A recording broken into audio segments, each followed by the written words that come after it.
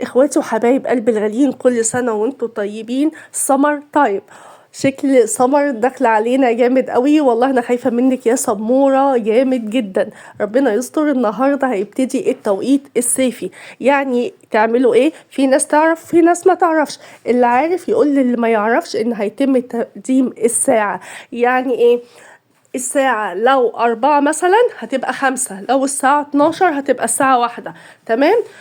اهو مالكوش حجة النهاردة الخميس وبكرة الجمعة عشان محدش مثلا يروح الشغل متأخر ولا ما يروحش المدرسة ولا اي حجة بقى من الحجج دي ويقول اصلي ما كنتش عارف.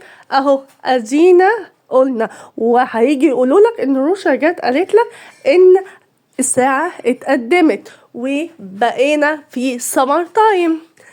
اهو 12 هتبقى 1.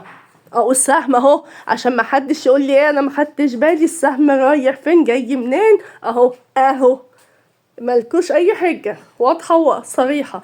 فربنا يستر. هو هيبقى اليوم يعني سريع قوي. يعني الساعة مثلا لو الساعة 12 هتبقى الساعة 1، فهتلاقوا كده في اليوم معفرط زي ما بيقولوا كده. فربنا يجعل كل أيامكم خير وفرح وسعادة وهنا. وربنا يستر بجد. الشمس وشكل الصيف داخل علينا حامي جدا جدا. الواحد بينزل بيتول، بيحس كده ان ماشي مسطول، جات له ضربة شمس، بيبقى ماشي غضب الله على وشه.